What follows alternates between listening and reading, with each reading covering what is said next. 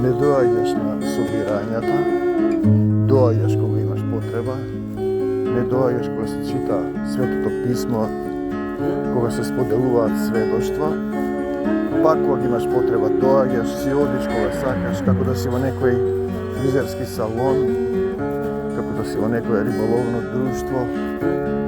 Знаете,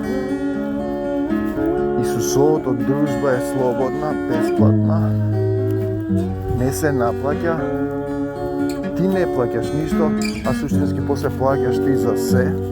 Дали си покорен на водачот на заедницата, или си имаш своји идеи, своји мисли, па го заобиколуваш, па озборуваш, најдобро да ја напуштиш заедницата.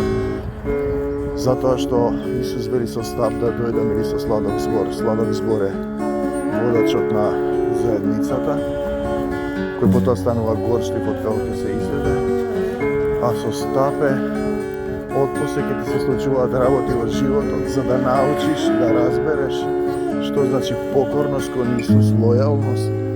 Ете, тоа се тие некои состојби. Дали си ти вистински едно тело, еден дух со групата сотрудници, или си живееш на свој начин, со своја волја, по своји мисли, и тоа е духот на овој свет. Љубовта Исусова да те освети, прочисти и научи да љубиш.